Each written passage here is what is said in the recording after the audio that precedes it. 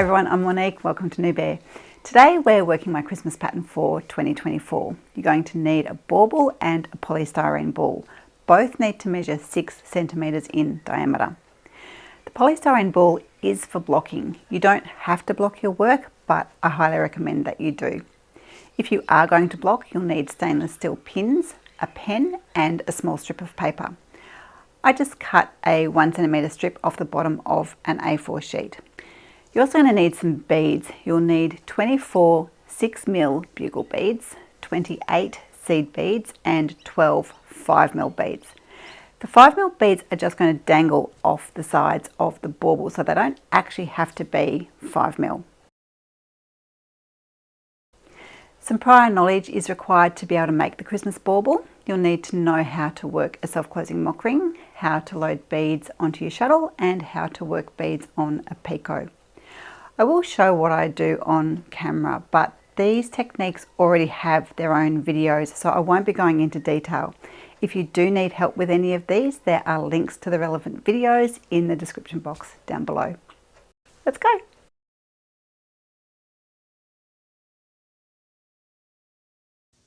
Having a look at our schematic, you can see it's a little different to your normal pattern. The rounds are colour-coded and labelled 1, 2 and 3.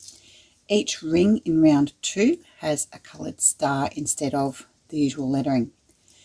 There's no lettering because round 1 is a single piece. Round 2 consists of 4 separate sections. These sections don't connect to each other until round 3.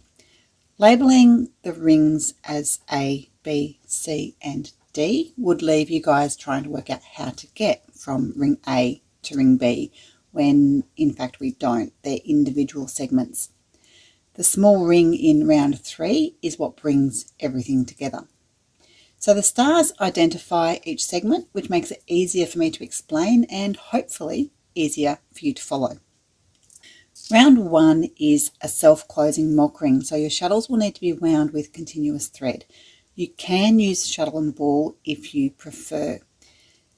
Beads need to be on your ball thread for round 1, so if you are working shuttle and ball, be sure to put the beads on your thread before starting to wind your shuttle. I like to think about tails before I start tatting. Because we're working with continuous thread, we'll only have one set of tails to hide at the very end. You can sew your tails in, or if you prefer, you can use magic loops.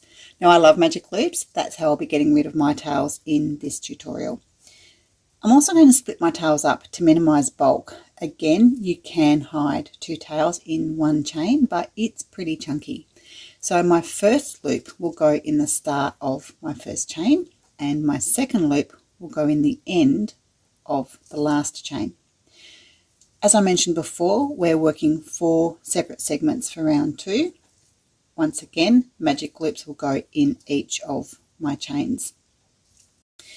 This time our beads need to be on our shuttle thread. If you're working with 2 shuttles, they need to be on shuttle 1.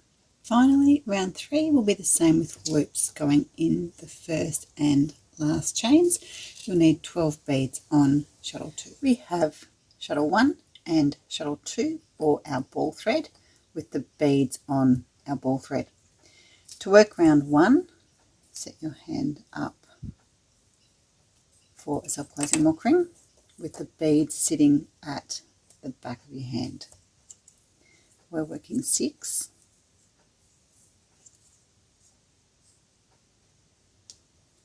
Bring down a bead. We have our beaded picot.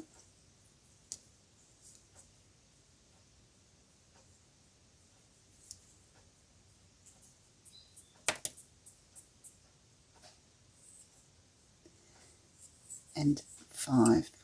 So the count is 6, but we've already made 1.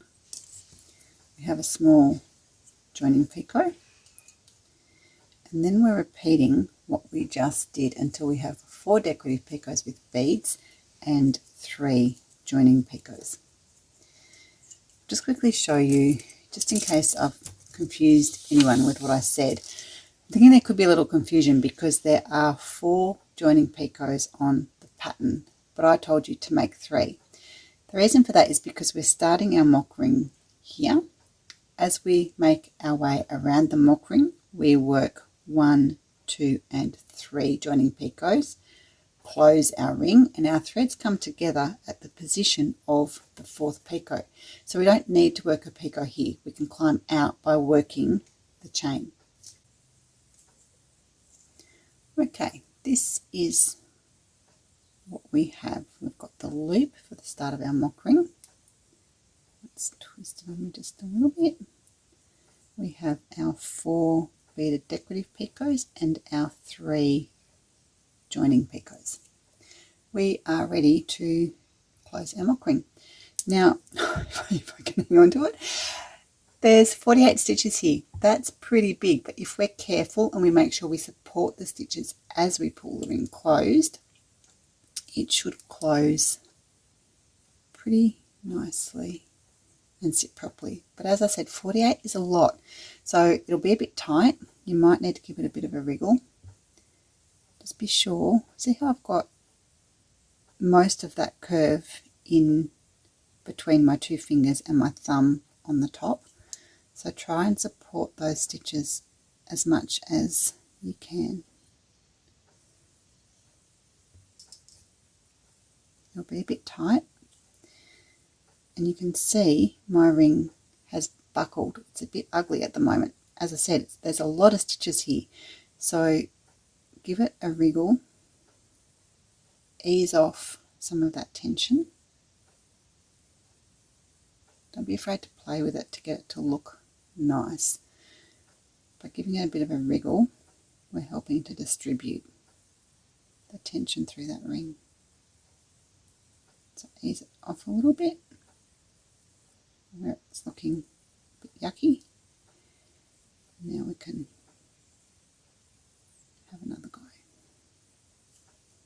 Just work it really until you're happy with it.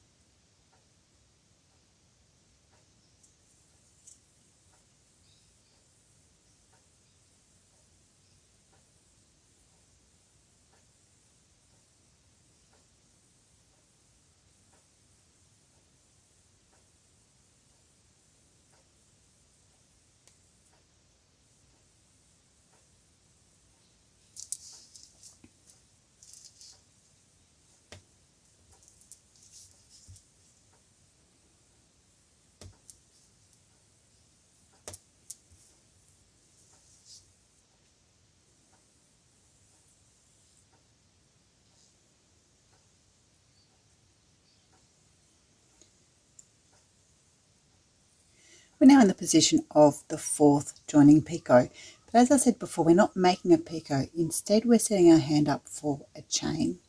We're working long picots in this round. They're shown on the schematic with a dotted line and need to measure 1.5 centimetres or 5/8 of an inch when open. We're going to be doing 8 a long picot, 4 a long picot and 8. I'm including my first magic loop as I start my chain, and I'm also working front side, back side, but because we've just finished a self-closing mock ring, we're not reversing our work, so we're still on the front side of our work, meaning I'll be working first half, second half.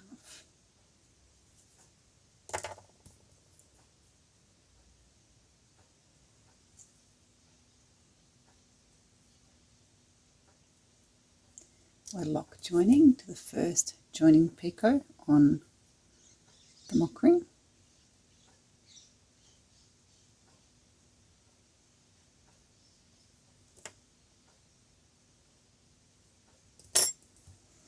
I'm repeating the chain 3 more times. If you're using magic loops, don't forget to include that in the last chain.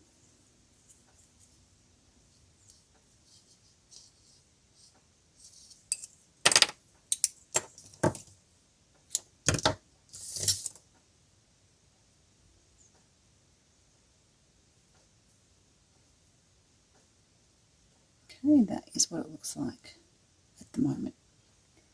Taking my core thread through to the back, I'm going to take it down through here.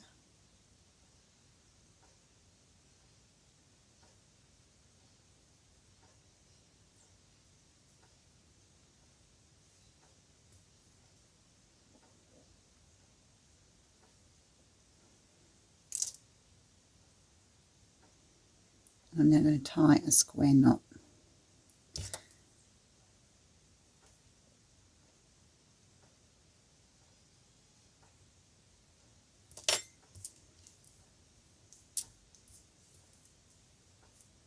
So right over left,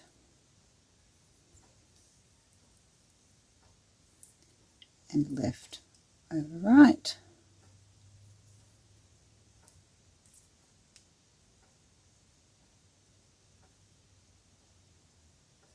Use my magic loops to get rid of my tails.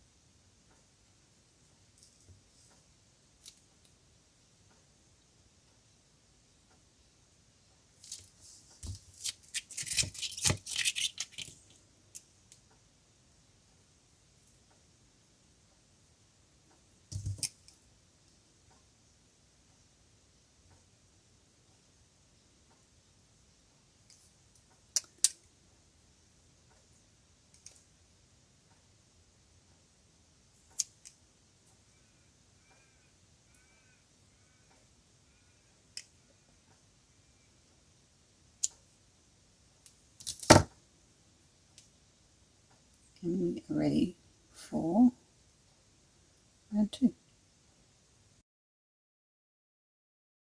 Bugle beads need to be placed over the long picots in round 1. It doesn't matter whether we do this now or as we're tatting round 2. But in saying that, I find putting them on now is less disruptive to my work. If we put them on as we need them, we have to put our work down, load the bead, pick our work back up. It kind of drives me a little bit nuts. It might not bother you, so add them now or add them later. It's totally up to you. If you add them now, you'll need some way to keep them on the picot until you're ready to join. So that's where a stitch marker comes in quite handy. I have some file line here. Hope you guys can see that. I'm going to thread that through my picot. It's a little hard to see it. I'm going to try and thread that through my picot and bring the two ends together.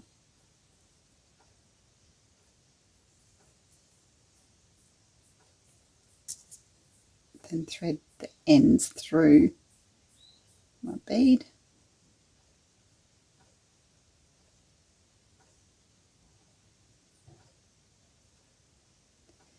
And down onto my picot.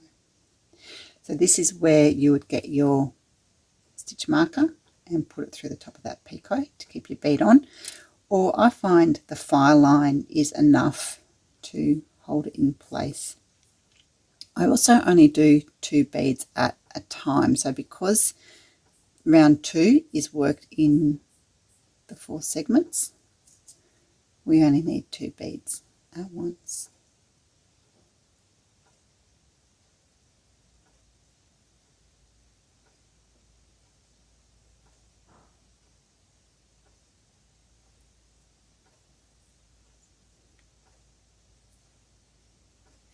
For round 2, it doesn't matter which order you work the segments in.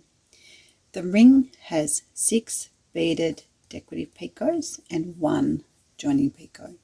The count between each picot is 3. We have shuttle 1 and shuttle 2, and my beads are loaded onto my thread, which is going to be the loop thread for my ring. So before we start working the ring, we need to make sure we have 6 beads on the loop that goes around our hand. Once we start working the ring, we won't be able to add extra beads or take any off. So double check the bead count if you need to. We are working 3.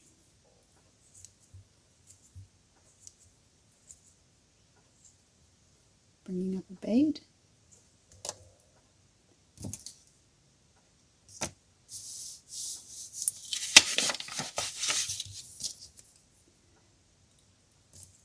Working our picot. And continuing the count. That is the first half of our ring. We're now working our joining picot and continuing the second side of the ring with 3 picot 3 picot 3 picot 3.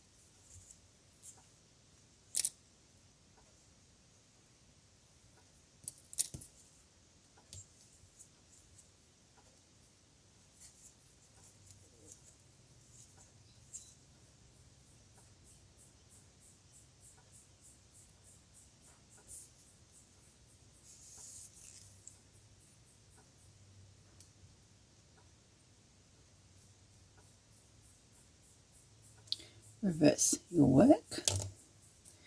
Set your hand up for a chain. We're starting with 6. Remember your magic loop if you need it.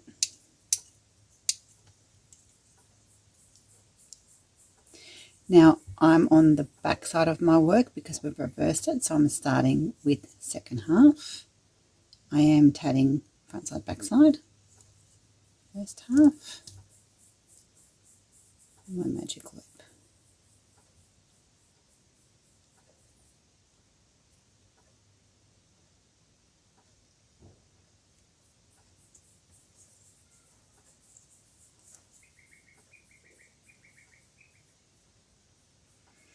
We're ready to join back to round 1.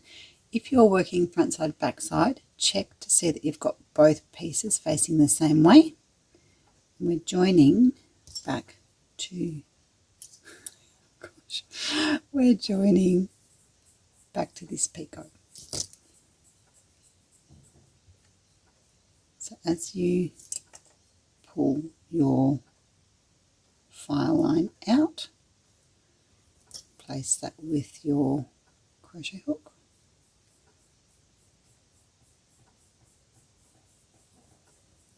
And make a normal join.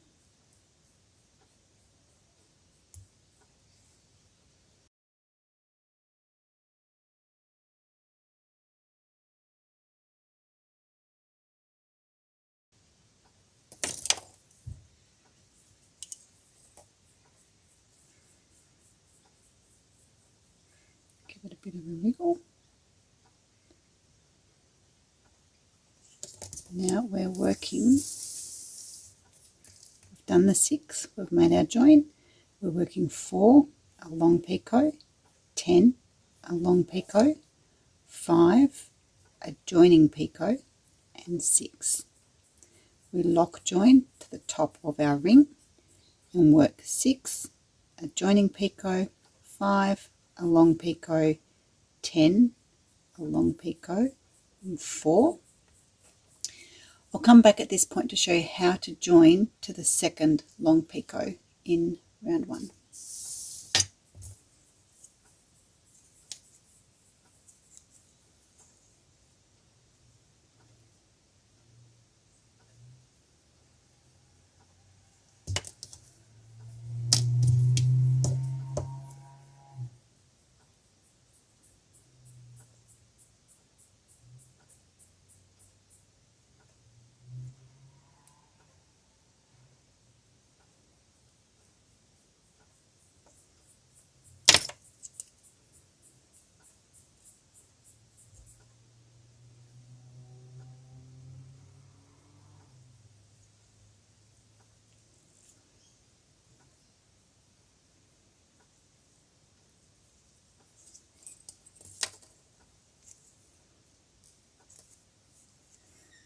Okay, this is where we're at. I've just made the last long picot and worked 4.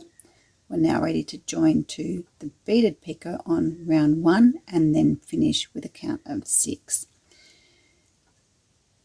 You might look at this and think we're on the wrong side to be able to join. Our working thread is up here and the place where we need to join is below.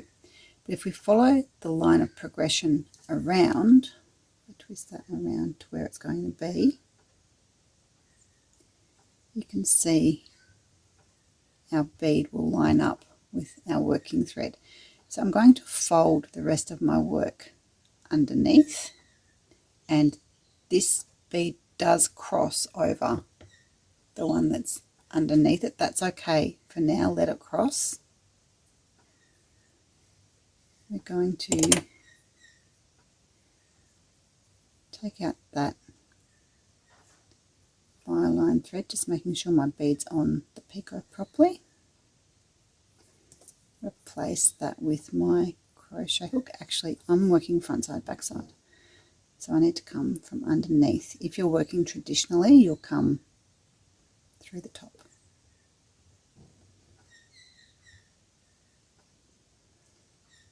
Join as normal and then finish that chain with a count of 6. I'm pulling my magic loop thread through at the same time.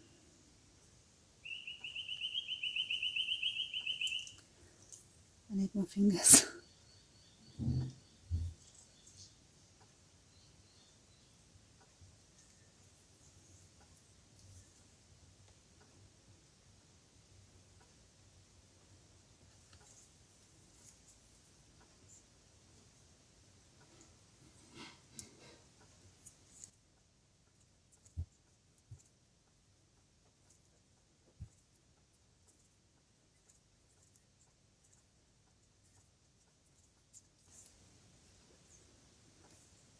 Okay, so that's what it's going to look like when you finish.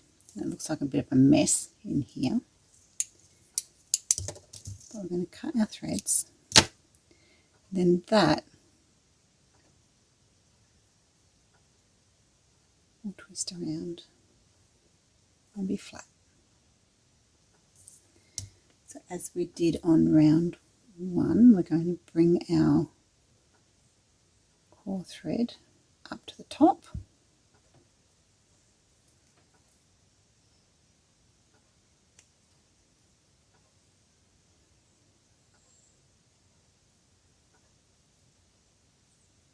Taking that through here.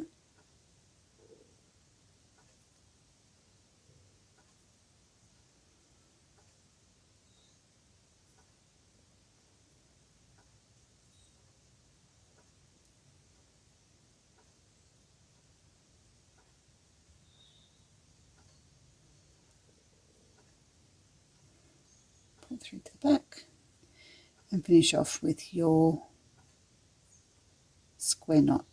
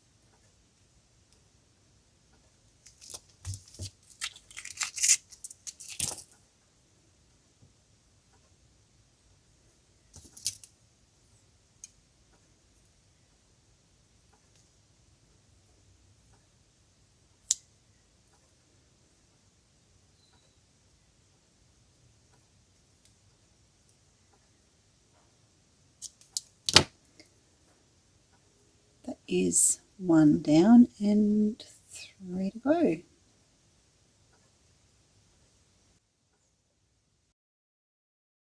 Round 3 is similar to round 2 in that we need to add bugle beads to the long picots.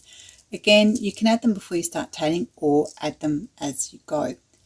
I do recommend adding them before you start on this round, and not just because it drives me nuts to keep putting my work down, but because the ring which joins the long picots has a count of 1 between each beaded picot. You'll find it easier to hang on to everything and keep track of where you're at if you don't have to put your work down to add beads. I want to look at the way we count the long picots just to make sure there's no confusion when we start tatting.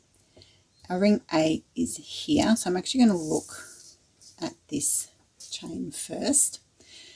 Picots are counted as they're made. What I mean by that is after working the ring, we work the first chain, 1 and 2, lock join, but we're not counting the joining picot. We work the second chain, 3 and 4. Turning our pattern again, our chain is 1 and 2, and to the other side is 3 and 4. So when we look at our pattern up the right way, remember we're only counting the long picots. As we work ring A in round 3, we're joining to picots 3 and then 4 on the pink star, coming around and joining to picots 1 and 2 on the yellow star. You're going to need 2 shuttles to work round 3. I've added bugle beads to my pink star and my yellow star. There's no beads on shuttle 1 and there's 12 beads on shuttle 2. Starting ring A with 1, joining back to the third long picot on the pink star,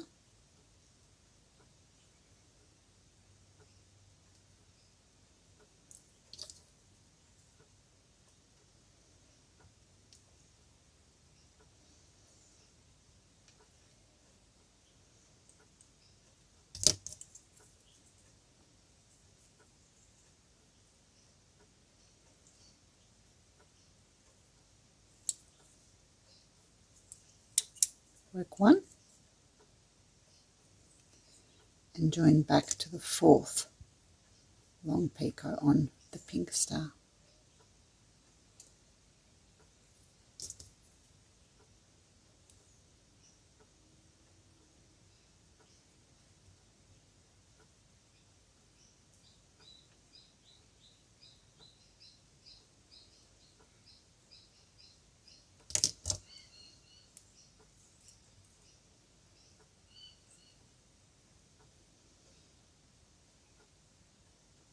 Work 1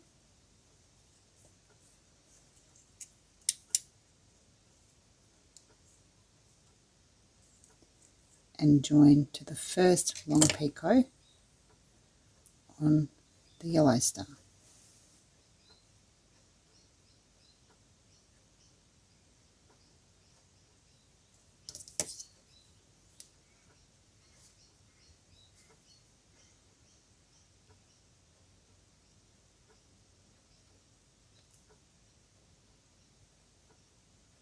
I've made that picot a little bit tight.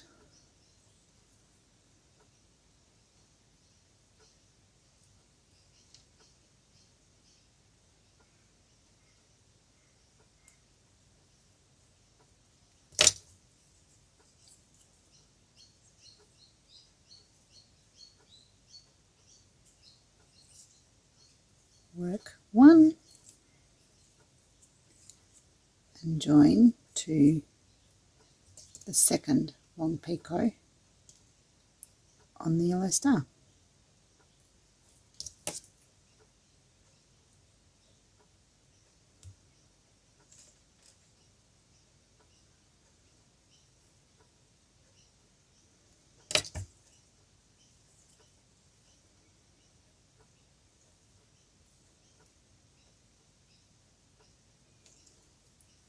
work 1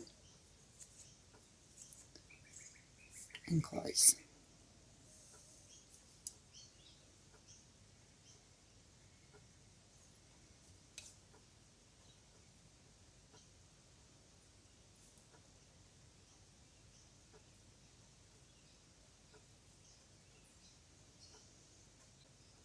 Reverse your work and set your hand up for a chain which has a count of 11. Don't forget your magic loop if you're using one.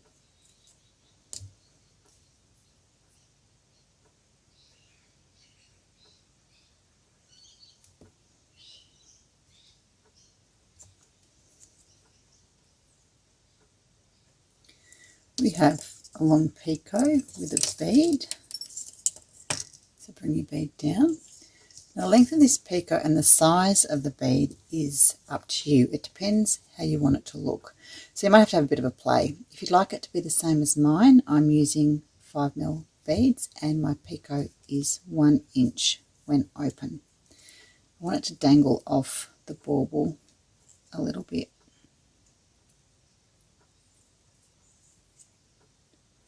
After the beaded picot, we have a count of 10.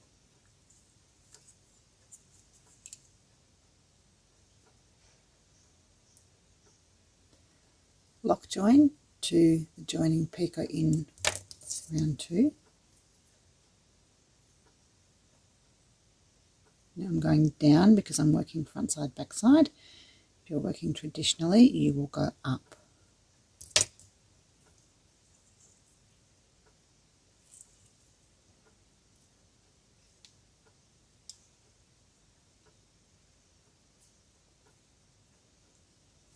Reverse your work and swap the shuttles.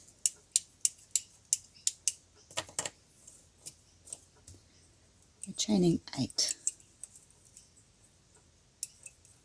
If I can wind up my shuttle.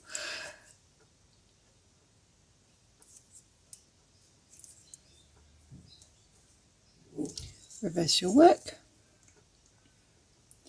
and bring a bead down from your shuttle as you set your hand up for ring B.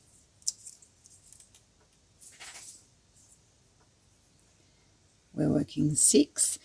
Now take note that this is now on the back side of our work. So if you're working front side, back side, your ring will be worked in rods.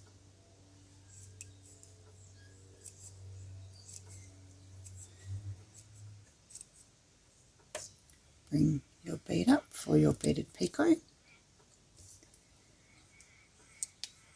Again, make this picot as long and dangly as you like. And we're doing 6.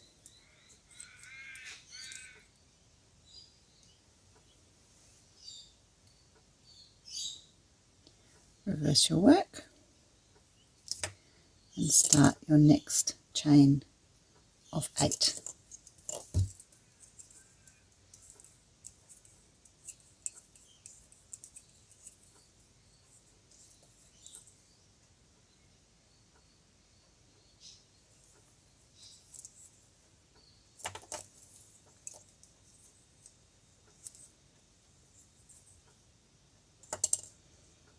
Reverse your work.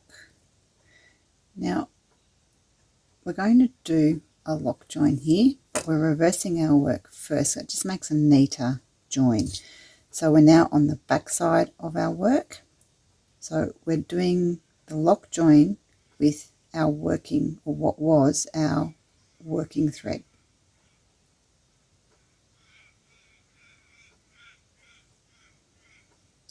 Because we're on the back side, I'm going down if you're working front side, back side.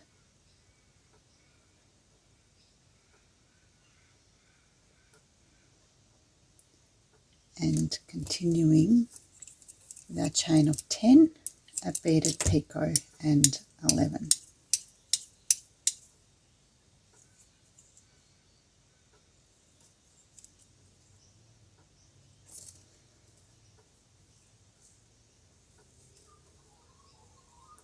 reverse your work, pop your bugle beads on, and you're ready to start ring C. You're joining to the third and then the fourth long picot on the yellow ring. As you work your way around, you're then joining to the first and then the second long picot on the green ring. Work your way all the way around back to ring A, and I'll meet you at the end.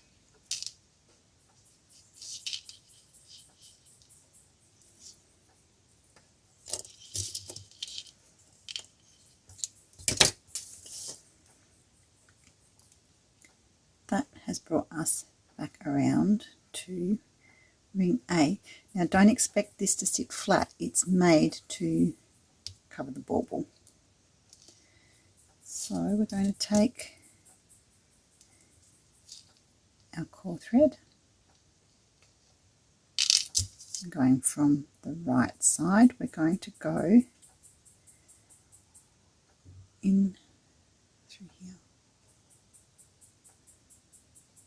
take our thread through to the back, and I have pierced my magic loop, which is not what we want, so I'm just going to back that out and move my magic loop out of the way.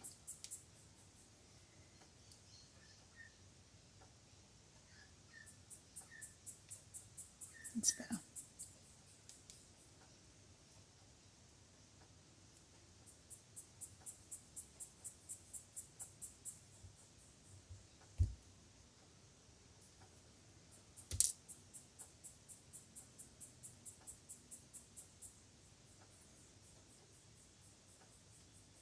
We're going to tie a square knot, get rid of those tails.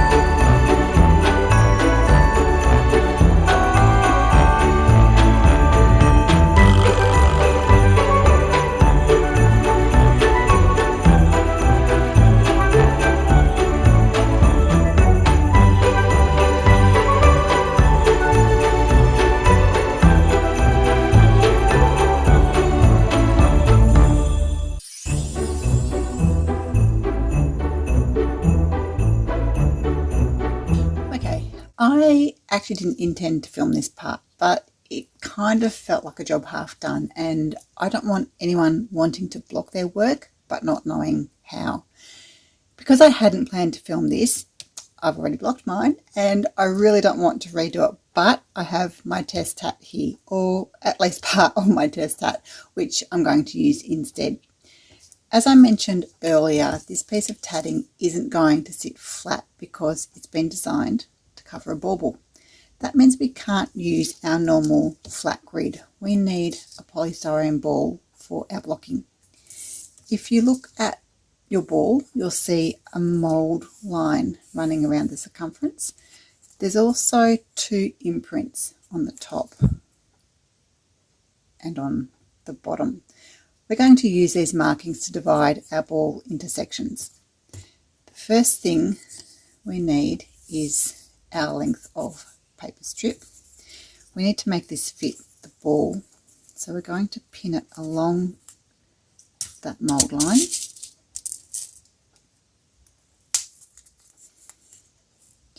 a couple of spots to keep it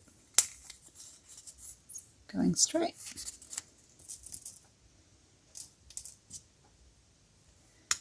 Follow it around the ball until it meets up again, and fold your strip back on itself so that they pretty much touch.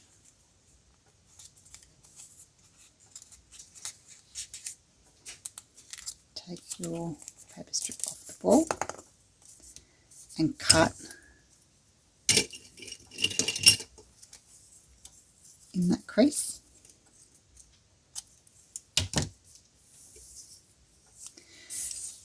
We want 8 sections on our ball, so we're going to fold the paper in half again, and in half again.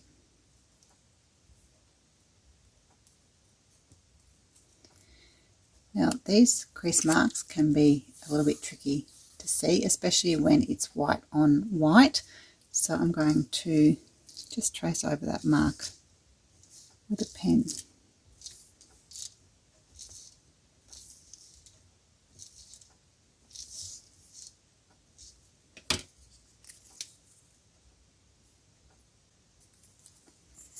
I'm going to pin our strip back to the mould line.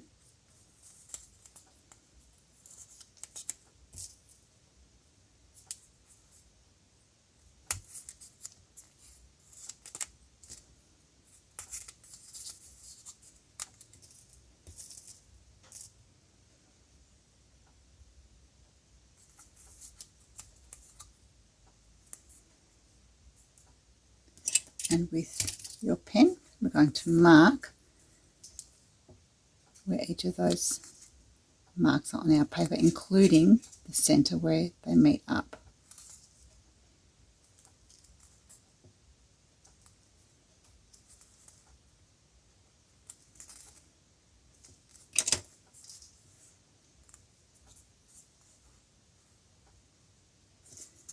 Removing our strip again. We're taking the strip of paper and we're going to place it on our imprint line again, like so.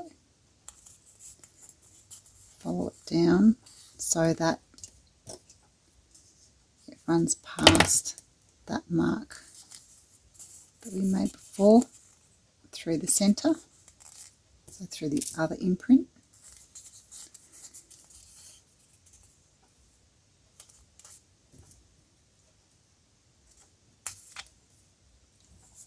Now, following the edge of my paper, I'm going to use a plastic awl to put a line into my foam ball.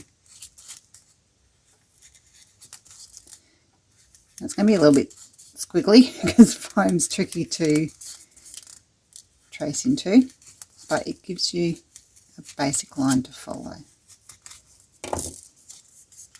Removing my paper. Moving it around to the next mark. We're just going to repeat that all the way around the ball.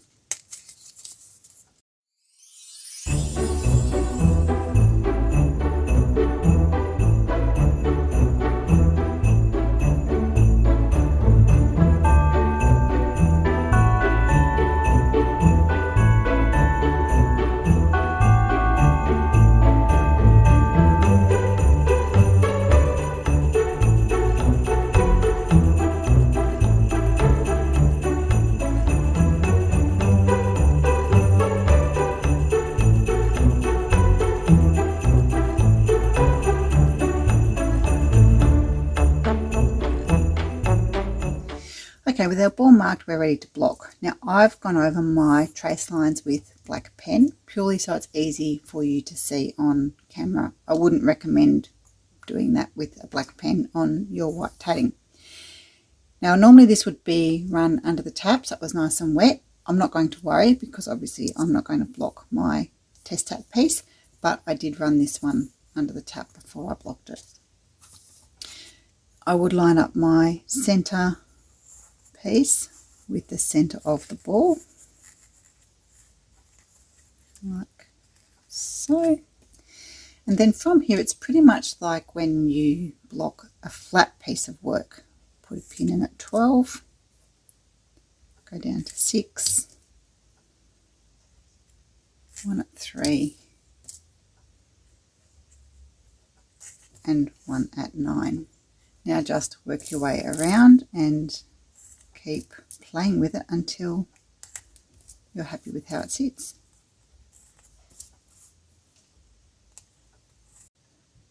All that's left to do now is put our tatting onto our bauble. So we're going to pull the top off, the tatting over the centre of the bauble, pop the top back on,